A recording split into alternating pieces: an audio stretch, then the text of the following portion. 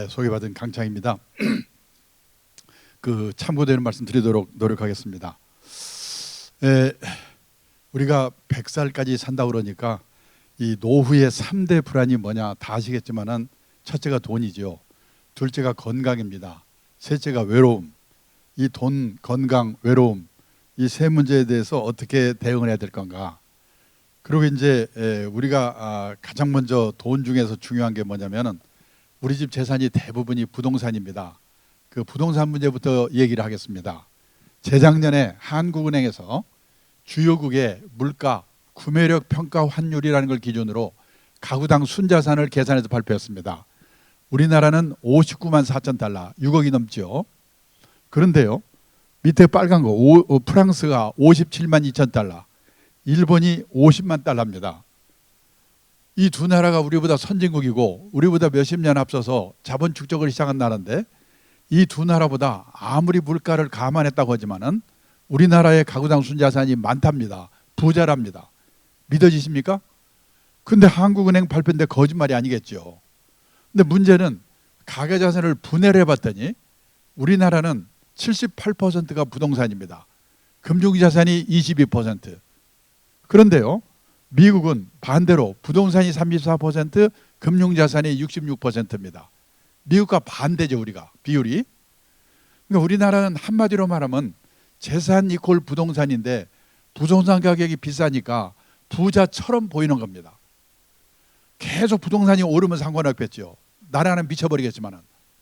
근데 혹시라도 지난 20년, 30년 동안에 이웃나라 일본에서처럼 우리나라도 장기 부동산 하락 기간이 온다면 어떻게 되지? 내 노후가 걱정이 되는 겁니다. 지금 우리나라의 부동산이 얼마나 비싼지요. 일본과 비교를 해보겠습니다. 우리나라 남한 땅 넓이가 얼마인지 아십니까? 남한 땅 넓이가 10만 평방킬로미터입니다. 일본 땅 넓이가 얼마인지 아십니까? 38만 평방킬로미터입니다. 그러니까 우리나라 남한 땅 넓이는 일본 땅 넓이의 약 4분의 1입니다. 그런데요, 재작년 가격으로 우리나라 남한 땅을 다 팔았다고 가정하면 일본 땅을 다 판 돈의 약 4분의 3입니다. 땅 넓이는 4분의 1인데 땅값은 4분의 3이다. 이 말은 우리나라 땅값이 평균 일본에 비해서 3배 비싸다는 얘기입니다. 일본 땅을 3평 팔아야 우리나라 땅을 1평 산다는 거죠. 그런데요, 1980년대 일본이 버블으로 부동산이 난리칠 때입니다. 제가 일본 동경에서 근무를 했는데 그때 제가 들은 말입니다. 그때 일본의 땅을 다 팔면은 우리나라 남한 땅 다 판 돈에 15배라고 했습니다. 그러니까 그때는 우리나라 남한 땅의 땅값이 일본 땅 땅값의 15분의 1이었습니다. 그게 지금 4분의 3까지 됐으니까 거의 비슷한 수준까지 온 거죠. 그 뭐냐, 그동안에 일본 땅은 왕창 떨어지고 우리나라 땅은 왕창 올랐다는 얘기죠. 자, 일본 땅이 얼마나 80년대, 90년대 비쌌나. 예를 들어서요, 그때 제가 들은 얘기인데요, 일본 동경의 중심가에 가면 왕궁이 있는 구가 있습니다. 지오다쿠라고 합니다. 우리 서울의 창덕궁, 경복궁이 있는 종로구와 같은 구입니다. 어느 날 일본 사람이 뭐라고 하냐면 이 지오다쿠 하나만 오늘 시세로 팔면 그 돈으로 카나다 땅을 통째로 살 수 있다는 겁니다. 세상에 땅값이 얼마나 비싸면요, 동경 시내 종로구 같은 구 하나 팔아서 그 돈으로 카나다를 다 삽니까? 그게 1990년에 일본의 땅값이었어요. 그래서 이때는요, 땅값이 비싸니까, 부동산이 비싸니까 일본의 가계자산에서 부동산 비중이 60%, 우리나라 비슷했습니다. 근데 그게 그 후에 30%까지 비중이 떨어졌다가 약간 지금 늘어나는데 아직도 37%입니다. 그런데요, 지난 30년 동안에 일본의 가계자산 중에서 부동산 비중이 60%였던 거가 30%대로 떨어진 이유를 제가 조사해 보니까 앞으로 우리도 그렇게 될 가능성이 매우 크지 않을까 걱정이 되는 겁니다. 그러면요, 30년 동안에 일본의 가계자산 중에서 부동산 비중이 60%대였던 거가 30%대로 떨어진 이유가 뭐냐? 첫째가요, 지난 30년 동안에 일본의 집값 땅값이 특별한 데 몇 군데를 제외하고는 계속 떨어졌습니다. 여기 보시면요, 일본의 3대 도시 도쿄, 오사카, 나고야의 택지 82년을 100으로 볼 때요, 9년 동안에 3배 올랐습니다. 그리고 다시 20년 동안에 3분의 1로 떨어졌습니다. 약간 오른 수준에 있는 거죠. 그러니까 비중이 이렇게 늘어났던 뭡니까?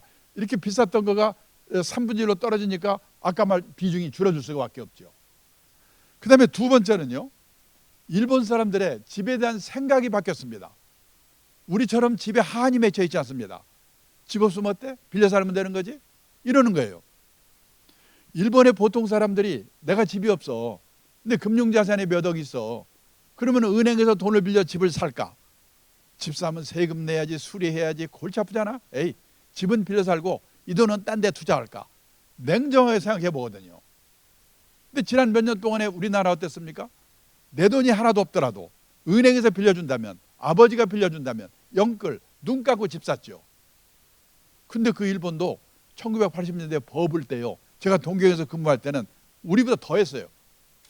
그때 여기 아시는 분 아시겠지만은 일본의 무역이 수출이 잘 되니까 미국 선진국들이 일본한테 압력을 넣어가지고 일본의 엔화값을 더블 올려버렸어요. 그러니까 수출이 잘 안 될 것 같으니까 일본 내 정책 당국이 금리를 절반으로 낮추고 돈을 왕창 풀었어요. 지난 3, 4년 동안에 우리나라 코로나 때문에 금리는 1% 이하로 떨어뜨렸죠.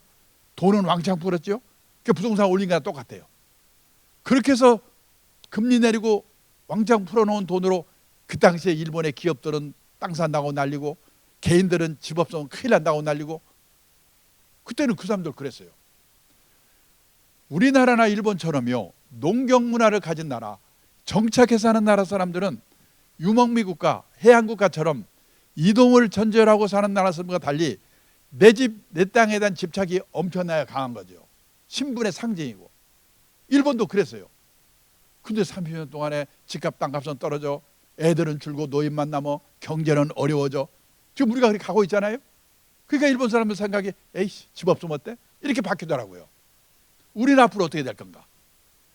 그 다음에요, 일본도 우리나라도 베이비붐 세대가 왕창 태어나가지고 성인이 돼서 집을 사면서 집값을 올렸어요. 근데 일본은 베이비붐 세대 내 집 마련이 끝났어요. 우리나라 안 끝났어요. 근데요, 지금 인구 대비로 볼 때 일본의 베이비붐의 기간, 출산율, 이거 거의 우리의 2배쯤 돼요, 일본이. 우리나라가 일본에. 끝나고 나면 그 쇼크가 일본보다 우리가 더 클 거예요. 베이비붐 세대 내 집 마련이 끝나고 나면. 세 번째는요, 도시화. 시골에 살던 사람들이 도시로 이주하면서 집을 사야 되니까 집값을 올렸어요. 근데 일본은 도시화 과정이 끝나서 도시에서 지방으로의 역류 현상이 나타나고 있습니다. 일본의 지방자치단체에서 관내에 빈집이 많아. 그러면요, 도시 청년들을 꼬시는 거예요. 여기 와서 살면 집 공짜로 살고 다른 것도 다 지원해 주겠다고, 빨리 내려오라고. 우리나라는 도시화율이 몇 퍼센트인지 아십니까? 도시화율이라고 하는 거는요, 전체 인구 중에서 도시에 사는 사람 인구 비율이거든요. 우리나라가요, 싱가포르, 홍콩 같은 도시국가를 제외하면 세계에서 우리나라의 도시화율이 1등, 2등. 국토교통부 발표에 의하면 91%래요. 요즘 시골에 가보세요. 도시로 나올 청년들이 있습니까? 노인들밖에 없잖아요. 도시화도 끝난 거예요. 네 번째, 선진국에서는 보통 사람들은 내 집 말고 집이나 가게를 갖고 있다가 세를 놓습니다. 그 사람이 세를 안 내? 못 내보내요. 선진국은 세입자의 권리가 너무 세기 때문에 소송해야 돼요. 골치 아파요. 우리도 지금 이렇게 가고 있잖아요. 그러니까 선진국의 보통 사람들은 실물로 부동산 투자하는 게 너무나 골치 아픈 거예요. 그래서요, 리츠나 부동산 펀드 같은 간접 투자를 하는 겁니다. 아니면 그 임대를 대행해주는 전문 회사에다 맡기는 거예요.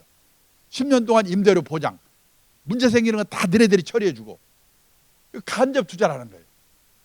근데 이 뭡니까, 부동산 펀드라든지 이 리츠 같은 것은 그게 펀드이기 때문에 금융자산 안에 포함이 됐어요. 투자를 안 하는 게 아니고 간접 투자예요. 그래서 미국, 일본이 금융자산 비중이 60%, 70%인 이유가 여기에 있는 거예요. 근데 제가 어디 가서 이거를 보여드리면 많은 분들이 얼굴 표정에 나타납니다. 저 친구는 증권회사에서 온 모양이지 주식 사라고 꼬시려고 그러는구나. 그러니까 부동산 안 된다고 그러고 보나마나 막판에 가면 주식 사라고 할 거야. 지금 어두워서 잘 안 보이는데 앞에 한 서너 분이 그런 표정을 짓고 계시는데 아니에요. 제가 함부로 부동산이 뭐 사세요 파세요 이 말 하려고 그러고 안 해요. 떨어지면요 이렇게 떨어지는 게 아니에요. 떨어졌다 올랐다 떨어졌다 올랐다. 일본도요 20년 30년 장기 그렇게 하락이 될 거는 지나고 나니까 알게 됐어요. 처음에 5, 6년 동안은 일시 하락인지 장기 하락인지 그 사람들 헷갈렸어요. 우리도 잘 몰라요 지금. 만약에 지금 어떤 분이 고민하고 있는데 오늘 제 이 말을 듣고 맞아 저 친구 말이 맞아. 그 집을 탁 팔았습니다. 가을 돼가지고 반등을 해보세요. 서초문화원에서는 그 병시 같은 놈 강사로 불러가지고 나를 집 팔게 만들었을까. 제 욕을 얼마나 하겠어요. 함부로 사세요 파세요. 오늘 절대 저는 이 말을 하려고 하는 게 아닙니다. 다만요 이제 나이가 돼서 노인이 돼가지고 나는 어디서 누구와 어떻게 살 건가 이걸 먼저 한번 생각해 보셔야 돼요. 몇 년 전에 서울시에서 65세 이상 된 부부들에게 물어봤습니다. 두 분 중에 한 분이 돌아가시고 혼자 되시면 다시 자녀들하고 같이 살겠습니까? 같이 살겠습니까? 같이 살겠다는 대답은 20%밖에 안 돼요. 50%는 자식들하고 멀지 않은 데서 혼자 살겠다. 30%는 실버타운 같은 노인 전용시로 가겠다. 그러니까 80%가 자식들이 안 살아주는 게 아니고 본인들이 불편해서 혼자 살겠다는 거예요. 그러면 애들하고 살다가 애들 다 나가 둘만 남어 그 중에 한 사람이 아파. 그걸 부부 간병기라고 그래요. 한 사람 떠나 혼자 남어 그 사람도 아파 떠나. 한 30년 사이에 그런 일이 생기거든요.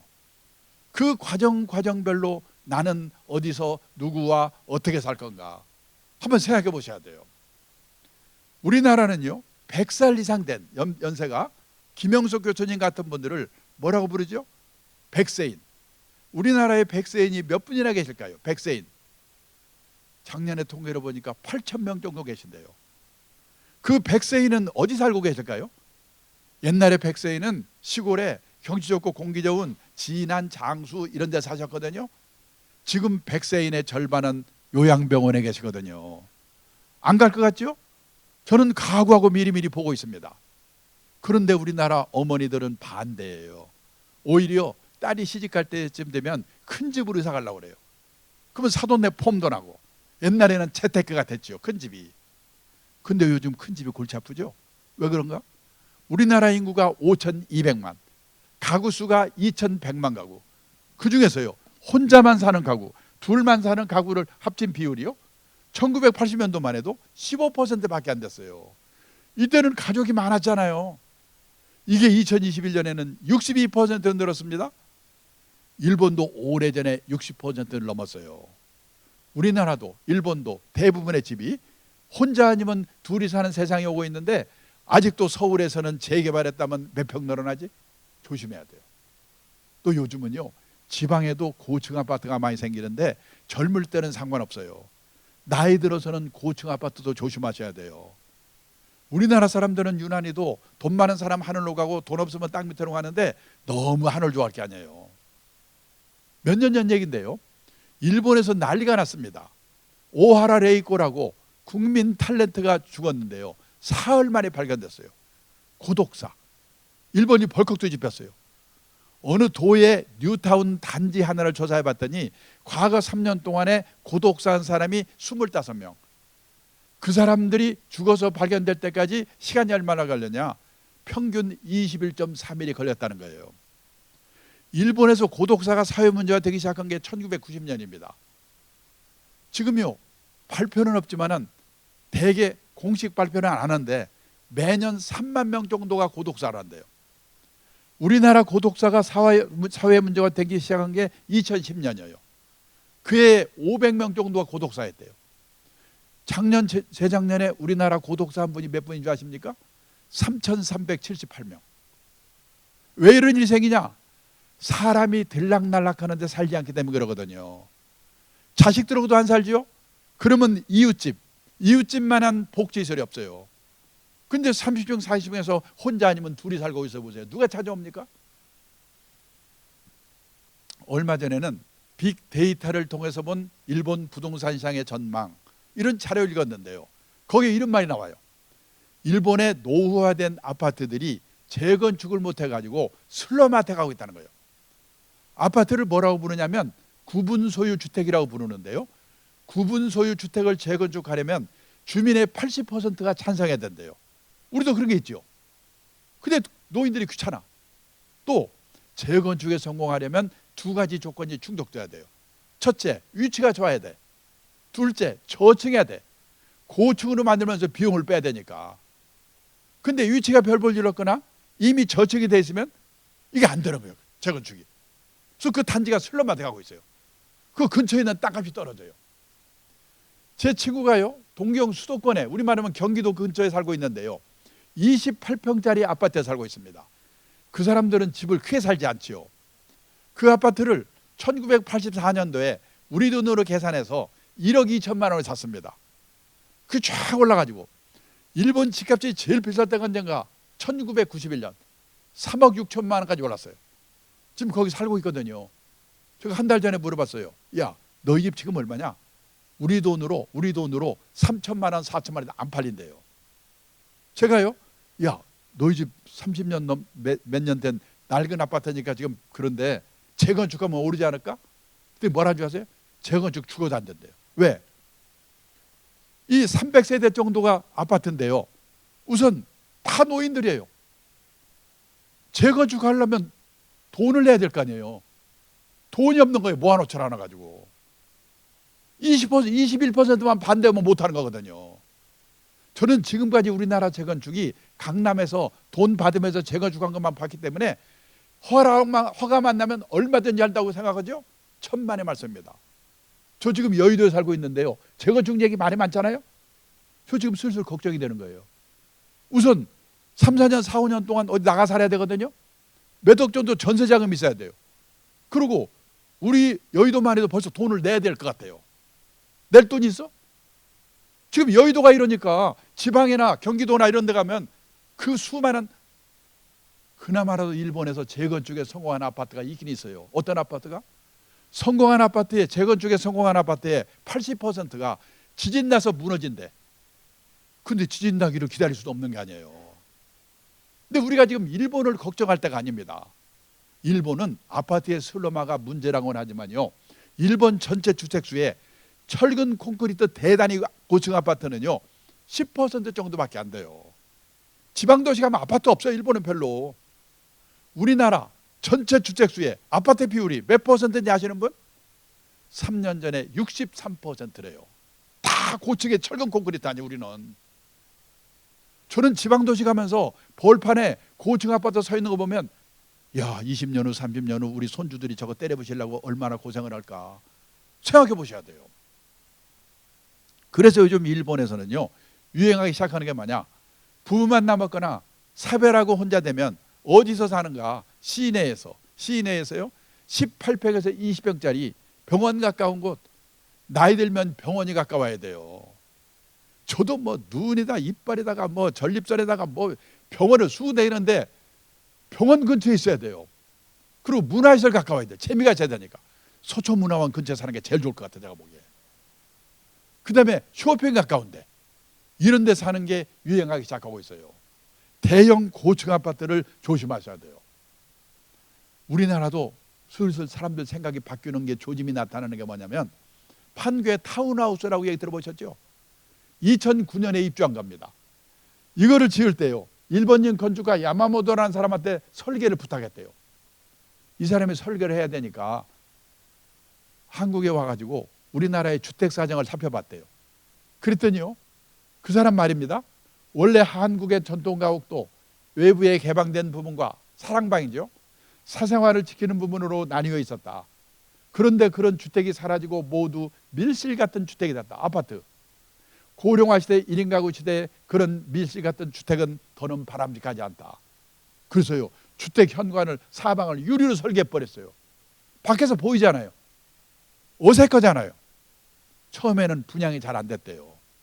근데 들어와 산 사람들이 10년을 살아보니까 이 고령화 시대, 1인 가구 시대에 이웃과 함께하는 삶이 너무나 행복하더라. 그래서 10년 만에 그 야마모토 설계사를 오라고 불러가지고 파티를 했다고 중앙일보에 난 기사예요. 이게 제가 스크랩한 거예요. 생각이 바뀌어요, 사람들 생각이. 그 다음에요, 이게 보면은 지난 20년 동안에, 앞으로 20년 동안에 집을 살 사람은 누구냐? 젊은 사람들이 집을 사는 거 아니에요. 지난 20년 동안에 우리나라 20, 30대는요 100만 가구가 줄었어요. 앞으로 20년 동안에 130만 가구가 또 준대요. 집을 늘려가는 거는 애들 생기면서 40, 50대입니다. 안 그렇습니까? 그런데 지난 20년 동안에는 260만 가구가 늘었는데 앞으로 20년 동안에는 190만 가구가 줄어든대요. 무슨 가구만 늘어나는가? 노인네 가구만 400만 가구 늘어나고 앞으로도 530만 가구가 또 늘어난대요. 근데 노인네들은 이미 집이 있거나 없더라도 살 능력이 없으니까 안 사고 있을 거 아니에요. 그러면 이 사람들은 집을 살 사람들이 아니에요. 누가 집을 살 건가 생각해 보셔야 돼요. 그리고요 1, 2인 가구는 680만 가구 늘었고 앞으로도 380만 가구가 또 는대요. 그런데 3인 이상 가구는 110만 가구 늘었고 줄었고 앞으로도 170만 가구가 또 준대요. 여기까지 말씀드리면 맞잖아, 저 친구 집 팔아서 주식 사라는 얘기네. 아니라니까요. 함부로 제가 말 못하는 게 뭐냐면 벌써 4년 전인가 3년 전인가 코로나 막 직후에요. 반포에 재건축 성공해가지고 끝나가지고 그 입주한 아파트 경로당에 가서 강의를 했어요. 끝나니까 한 분이 저한테 오더니 뭐라고 하냐면 자기가 그 단지 안에 45평짜리 아파트를 갖고 있었답니다. 근데 입주 전에 벼락같이 오르니까 아이 꼭지구나 20m 팔았대요. 팔고 나서 10억이 올랐대요. 환장하는 거죠. 저한테 질문이 뭔지 아십니까? 지금 판 아파트를 지금이라도 되사야 될까요? 어떻게 될까요? 제가 그걸 대답할 수 있으면 거기를 왜 갑니까? 근데 다 물어보는 건 그거예요. 금년가을이 어떻게 되겠냐고. 몰라요. 그건 하나님도 몰라요. 저는 함부로 그래서 사세요 파세요 이 말을 할 생각이 없는 거예요. 다만 생각할 게 뭐냐? 혹시 빚을 얻어서 집을 사셨습니까? 일본은요 집값이 떨어지더라도 빚이 별로 없어요. 여기 일본 가구의 연령대별로 저축액분지 부채액의 비율이에요. 제일 높을 때는 일본도요 188%. 그 사람들도 40대 미만은 빚밖에 없어요. 왜? 그 사람들은 30년 40년 월부로 집을 사기 때문에 집 사고 나면 빚밖에 없는 거예요. 근데 그거를 현역실에 계속 갚아가지고 퇴직할 때 가면 빚이 4%밖에 안 남아요. 거의 없어요. 살다 죽으면 되는 거야. 제 친구도 집값이 우리 돈으로 3천만 원 4천만 원밖에 안 되는데 아무렇지도 않아.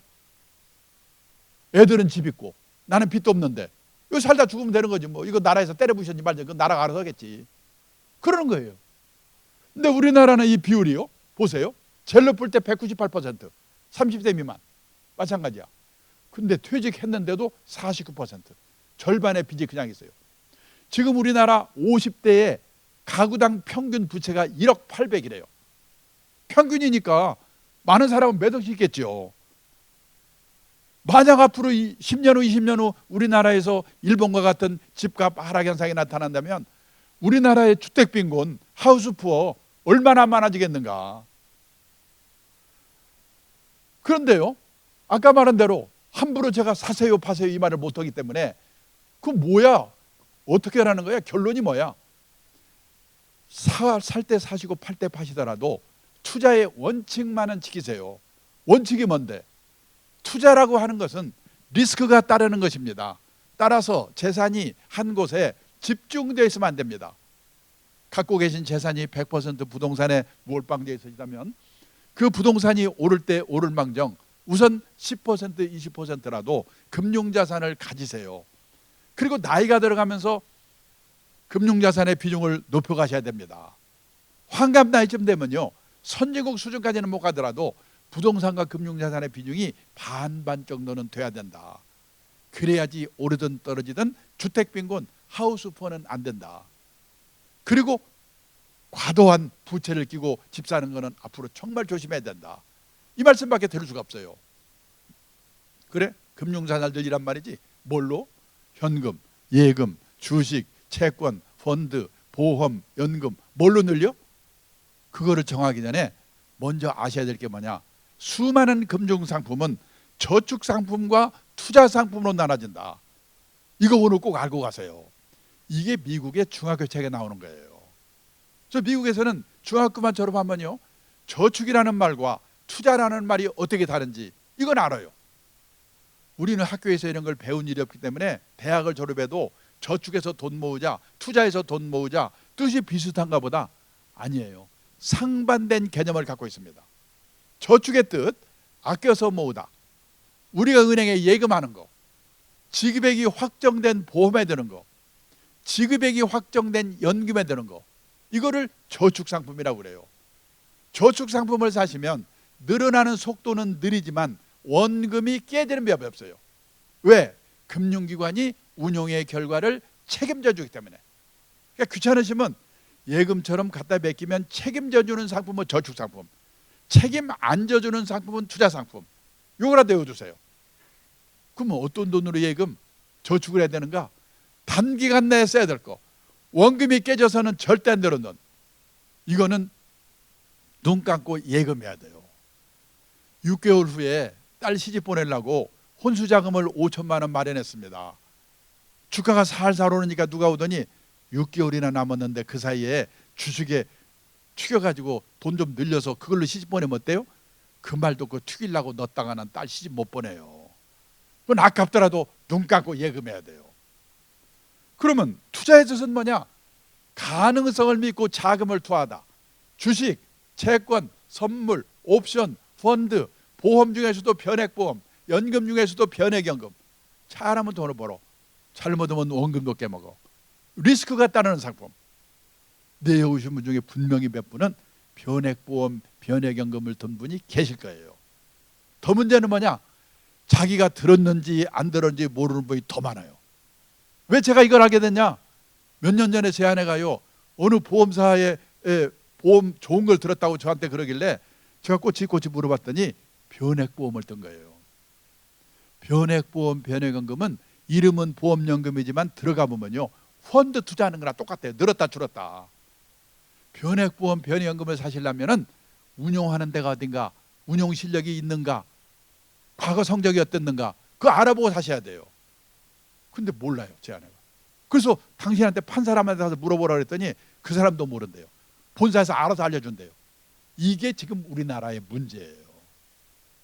집에 보험 든 분 가서 다시 한번 살펴보세요. 어디 구석에 써 있을 거예요, 그런 말이. 그러면요, 어떤 돈으로 투자를 해야 되느냐? 단기간 내에 써야 될 돈은 따로 마련됐고, 그러니까 빚내서 하지 말라는 거잖아요. 시장에 장기간 묻어둘 각오가 돼 있고, 비상사태가 오더라도 놀라지 않고 참고 기다리겠다는 각오가 되어 있는데, 지난 3년 동안 동학개미들이 딱 이거하고 반대로 했잖아요. 반대로. 제가 놀란 게요, 여기 계신 분의 아드님 중에 그런 분이 안 계신지 모르겠는데, 재작년에 자본시장연구원이라는 데서 발표한 자료를 보니까 우리나라 20대 남성 투자자의 주식 매매 회전율이 6,800%래요. 회전율이 뭔지 아십니까? 1년에 몇 번을 샀다 팔았다 샀다 팔았다 하는가. 1년에 한 번을 샀다가 팔면은 100%예요. 6,800%라는 것은 68번을 샀다 팔았다 샀다 팔았다, 일주일에 거의 2번씩 그렇게 했다는 거예요. 그러면요, 꿈에도 나타나요. 일하다가도 그 생각해요. 회사에서 잘려요. 지난 3년 동안에 우리나라에 유행했던 말이 뭐냐? 돈에도 일을 시켜라. 그래야 돼. 맞아요. 옳은 얘기예요. 금리가 1%밖에 안 되는데 공부해가지고 투자상품에 넣어서 수익을 내라.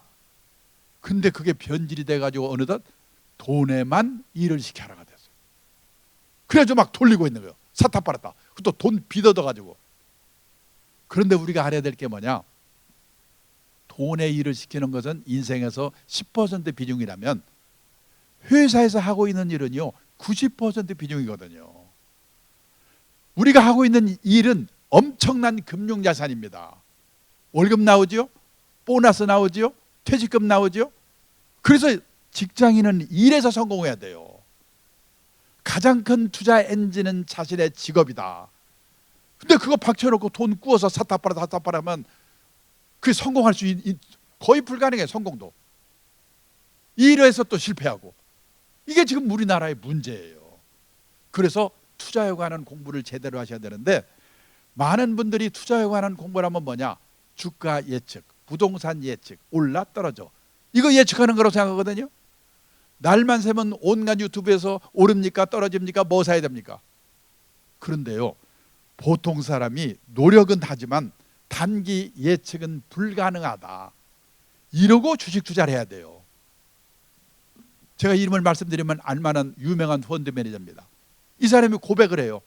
누가 자기한테 와가지고 주가 어떻게 되냐고 전망 물어보면 미치겠대요. 모르니까.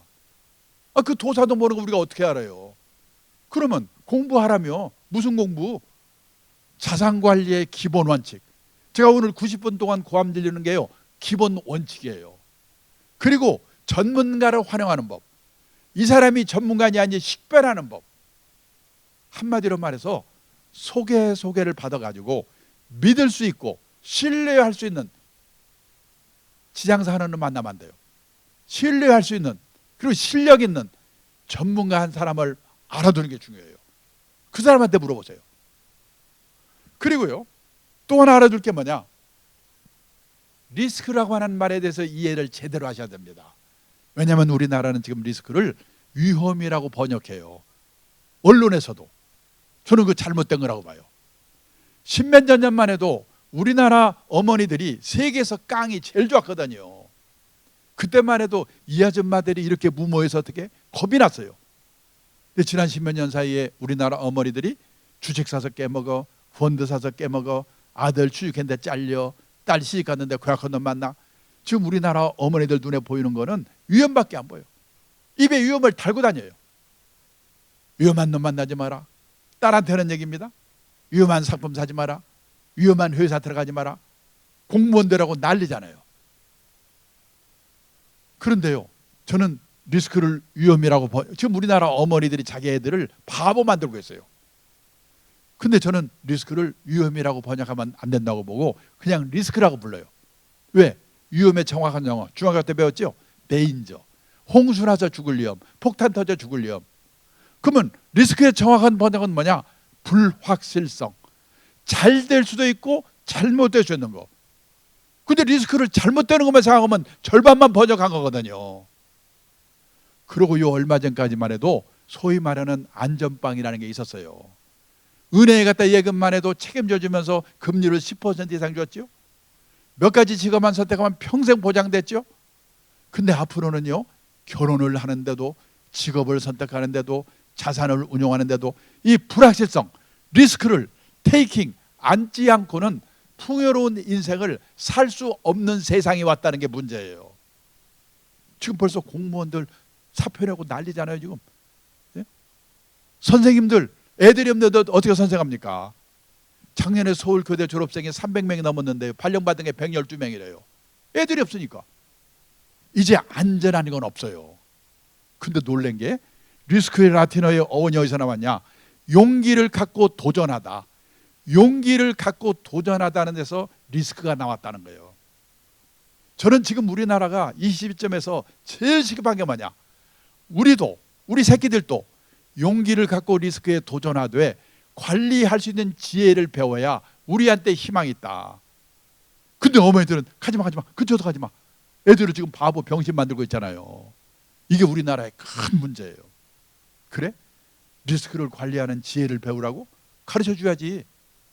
그래서 저는요, 시간 없으니까 주식 투자에 따르는 리스크만 간단히 말씀드리겠습니다. 주식 투자는 하는 게 좋아요. 그리고 예측도 하는 노력도 하고 좋은 종목 고른 노력을 해야 되겠지요. 근데 기본적으로 주식 투자에는 두 가지 리스크가 있다. 이 두 가지 리스크를 어떻게 방어할까? 이거를 생각하면서 주식 투자를 하라는 거예요. 첫째 리스크가 뭐냐면 시장 리스크, 마켓 리스크라고 합니다. 내가 아무리 좋은 우량 종목 주식을 갖고 있다 하더라도 3년 연휴만 때 주가 코로나로 박살날 때 미리 아셨습니까? 옛날에 9.11 테러 사태로 주가 박살날 때 미리 아셨습니까? 재작년에 우크라이나 사태로 주가 박살날 때 미리 아셨습니까? 제가 50년 딱 지금 9월이 되면 만 50년을 이 업계에서 일을 해왔는데요. 가끔 불측의 사태가 나타나요. 언제 나타날지, 그게 언제 끝날지 지나고 보니까 몰라요. 그런데 내가 갖고 있는 주식이 확실히 우량 주식이라면 6개월 후가 될지 1년 후가 될지 2년 후가 될지는 모르지만 이 상황이 지나가면 다시 오를 수 있다. 그때까지 기다릴 수밖에 없다. 그래서 장기 투자, 빚내서 하지 말고 장기 투자를 하라는 거예요. 근데 제가 이 말만 하면요, 많은 분들이 짜증내거든요. 바빠 죽겠는데 올라 떨어져, 그 얘기만 하라니까. 모른다니까. 그 다음에요, 대부분 주식 투자를 어떻게 시작하냐. 여기서 돈 번 사는 사람이 여기도 나와 저기도 나와요. 누가 오더니 이거 사면 돈 번대, 대박이래. 그 말 듣고 샀어요. 6개월 지났습니다. 대박은커녕 주가가 반동항으로 떨어져 버렸어요. 종목을 잘못 고른 거예요. 그걸 개별 종목 리스크라고 그래요. 그런데 그때부터 그 사람은 타이에 의해서 장기 투자로 들어갑니다. 2년 3년 불량 주식 갖고 있어봐야 안 오르거든요. 근데 그때 장기 투자했는데 왜 안 오르냐고 화내거든요. 불량 주식은 아무리 오래 갖고 있어도 안 올라요. 그래서 뭐냐, 개별 종목 리스크를 방어하는 방법을 생각해야 되는데, 좋은 종목을 고르는 노력을 하는데요, 열심히 분석하고 전문가 도움도 받고 그렇게 해야 돼요. 근데 문제는 아무리 노력을 해도 신이 아닌 이상 100% 우량 종목 고른다는 보장이 없거든요. 그래서 5종목, 10종목, 20종목에 분산 투자하세요, 이렇게 말하는 거예요. 예를 들어서요, 석유 주식하고 항공 주식을 같이 삽니다. 그러면 석유값이 오르면요, 비행기 운항 비용이 비싸니까 항공주 주가는 떨어지거든요. 근데 석유주는 올라요. 그래서 5종목, 10종목에 평균 수익률을 높이는 노력을 해야 돼요. 한 종목으로 대박을 터뜨리는 게 아니고. 그래서 분산 투자. 이 두 가지 원칙은 머릿속에 넣어놓고 노력을 하시더라도 하셔야 된다. 그 다음에요, 제가 당황스러울 때가 있는데, 퇴직 예정자분들 대상으로 강의를 하면요, 어떤 분이 꼭 뭐라고 그러냐면, 내가 요번에 퇴직하면서 퇴직금을 2억 원 받습니다. 이걸로 주식 투자해가지고 튀겨서 노후자금 마련할 수 없을까요? 튀긴대요. 그거 튀기려고 넣었다가 날려버리면 그 노후가 얼마나 비참하겠습니까? 그래서 저는 그분한테 뭐라고 얘기하냐면, 인생 단계별로 자산관리 전략이 3단계로 나눠집니다. 나는 어느 단계에 있는가, 그 단계에 맞는 자산관리 전략을 택하셔야 됩니다. 1단계가 언제냐? 현역 시절입니다. 현역이니까 일을 하면서 운용하는 단계예요. 그리고 월급 사서 쓰고 아껴 쓰고 남은 돈을 적립해 가면서 모아가면서 운용하는 단계예요. 이때는 현역 시절이니까 공격적으로 좀 해도 돼요. 공격적으로 해도. 장기 투자, 분산 투자 원칙만 잘 지키면 돼요. 근데 조심할 거는 2단계부터입니다. 여기 계신 분은 2단계에 있는 분이 많으실 거예요. 퇴직하고 나서예요. 퇴직하면 월급이 없죠. 그럼 어떻게 되냐? 모아놓은 노후자금을 꺼내 쓰면서 인출해 쓰면서 운용하는 단계가 되는 거예요. 제가 참고로 세계 평균을 조사해 봤어요. 평균을 조사해 보니까 모아놓은 노후자금의 연 4% 이내에서 꺼내 쓰세요, 그러더라고요. 그래야지 20년, 30년 꺼내 쓸 수 있으니까. 1억을 모았으면요, 400만 원 범위 내에서 꺼내 쓰라는 얘기예요.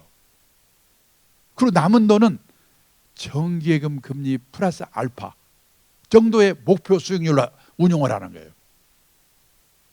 지금 정기예금 금리가 3% 정도니까 4%나 5%나 아무리 세게 해도 6% 정도 목표 수익률로.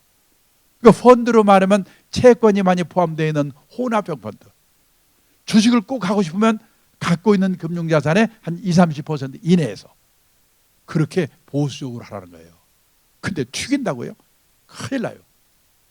그리고 2단계에서 중요한 게 뭐냐?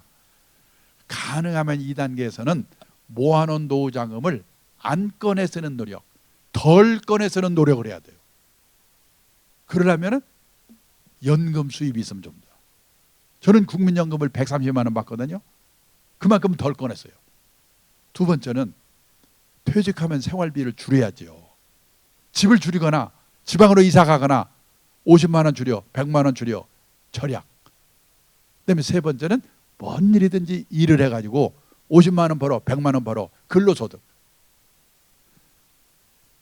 연금소득, 절약, 근로소득으로 생활을 하면서 가능하면 안 꺼내서는, 덜 꺼내서 노력을 해야 돼요. 3단계로 많이 옮겨가야 되니까 돈을. 3단계는 언제 시작이 되냐? 사람마다 다른데요. 70대 후반에서 80대 초반부터 시작이 됩니다. 판단력이 흐려져요. 운용에서도 졸업을 해야 돼요. 그래가지고 예금 같은 확실한 상품에 넣어놓고 아껴서 꺼내서다가 세상 떠나는 거예요. 목표가 뭐냐? 내가 죽기 전에 내 노후자금이 바닥나면 안 됩니다. 나의 수명보다 노후자금의 수명이 길어야 돼요. 그러니까 이거를 머릿속에 넣어놓으시고 나는 지금 어느 단계에 있지? 거기에 맞게 나는 하고 있는가? 한번 생각해 보셔야 돼요. 자, 그 다음에요. 그래도 금융상품을 사게 되면 골라야 될 거 아니에요. 종목을 사겨놓은 전문가한테 물어봐서 사셔야 되는데, 지금까지 어떻게 했냐? 내가 이번 달에 50만 원 쓰고 남은 돈 있다. 이걸로 노후 대비 금융상품을 사야 되겠다. 전문가를 찾아갑니다. 맞는 상품 좀 주세요. 그러면 거기서요, 이거 사세요. 대답합니다. 그러면 이거 좋은 거죠? 예, 좋은 겁니다. 진짜 좋은 거죠? 예, 진짜 좋은 겁니다. 그러면 사는 거예요. 그러지 말고 한번 이 상품이 제대로 된 상품인가를 물어보고 조사를 해보고 사셔야 돼요. 여기 있는 6가지를 확인해보고 사셔야 돼요. 첫째가 뭐냐? 지금 당신이 사라는 이 상품이 예금처럼 갖다 맡기면 책임져주는 저축상품이에요. 주식이나 펀드처럼 잘하면 돈을 버는데 잘못하면 원금도 깨먹을 수 있는 리스크가 따르는 투자상품이에요. 그걸 확실히 알고 사셔야 돼요. 왜냐하면 지금 금리가 낮아가지고요, 가공된 상품이 많아서 제목만 보고 설명만 보면 애매한 게 너무나 많아요. 제가 작년에 황당한 일을 2번 당했습니다. 제 아는 사람이 카톡을 보내주면서 거기 네 이름이 있다고 보래요. 읽어보니까 뭐라고 써있냐면, 저 강창입니다. 이번에 이런 대박 상품이 나왔습니다. 사십시오. 어떤 놈이 사기를 치는 거예요. 제가 서울시 사이버 수사대 가서 경찰청에 사이버 수사대 신고했어요. 지금요, 금융 사기꾼이 드글드글해요. 누가 와가지고 이거 기발한 상품이라면 조심해야 돼. 기발할 수가 없어요. 꼬치꼬치 내용을 물어보고 알고 하거나, 물어봐도 뭔 말인지 모르겠다? 하지를 말아야 돼요. 투자 원칙 중에 제일 중요한 원칙이 뭐냐? 모르는 상품에는 절대 투자하지 말라. 1번. 두 번째, 예금처럼 갖다 맡기면 책임져주는 상품은 책임져주니까 사놓고 잊어버리고 오셔도 돼요. 근데 투자 상품은 잘못하면 원금도 깨먹으니까 꼼꼼히 살펴봐야 되는데, 그 중에서도요, 간접 투자 상품, 펀드, 변액보험, 변액연금 요즘 많이들 하거든요. 이거는 어디 가서 사느냐? 국민은행, 삼성증권, 농협 사는 데도 중요해요. 근데 더 중요한 거는 그 간접 투자 상품을 돈 벌게도 하고 말아먹기도 하는 데가 있어요. 무슨 투신운용사, 무슨 자산운용사, 운용회사입니다. 300개쯤 있어요. 무지개 많아요.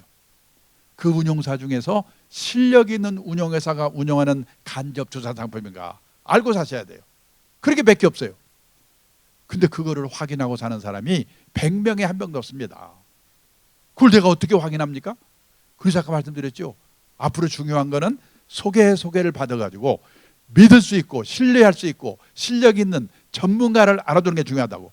그 사람한테 물어보세요.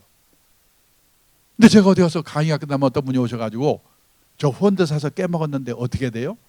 제가 물어봅니다. 그 펀드 어느 회사가 운영하는 건데요? 아직까지 운영회사 이름을 알고 대답하는 분을 본 일이 없어요. 여기도 분명히 계세요. 지금 운영회사 알고 사셔야 돼요. 세 번째 단서조항. 금융상품에는 단서조항이 있는 상품이 많아요. 특히 보험상품이 많아요.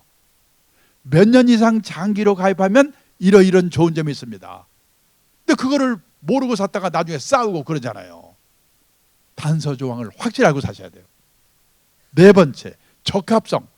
어떤 사람한테는 참 좋은 상품인데 나한테는 맞지 않은 상품이 있어요. 직장인이 컴퓨터 앞에 앉아가지고 선물 옵션 샀다 팔았다, 주식 샀다 팔았다 빨리 말려야 돼요. 그 사람은 회사 잘리려고 작정한 사람이에요. 제가 옛날에 사장을 할 때 사무실을 가끔 돕니다. 그러면 제가 지나가면은 지나가는 순간에 PC 컴퓨터를 팍 끌어내면서요. 왜 끝나? 둘 중에 하나. 야한 사진 보고 있었거나 아니면 주식하는 친구. 내 그런 친구 중에 진급 빨리 되는 친구를 못 봤어요. 주식은 하는 게 좋아요. 해야 돼요. 근데 하더라도 일주일에 한 번이나 보고 느긋하게 해야 되거든요. 왜? 직장인은 직업에서 성공해야 되니까.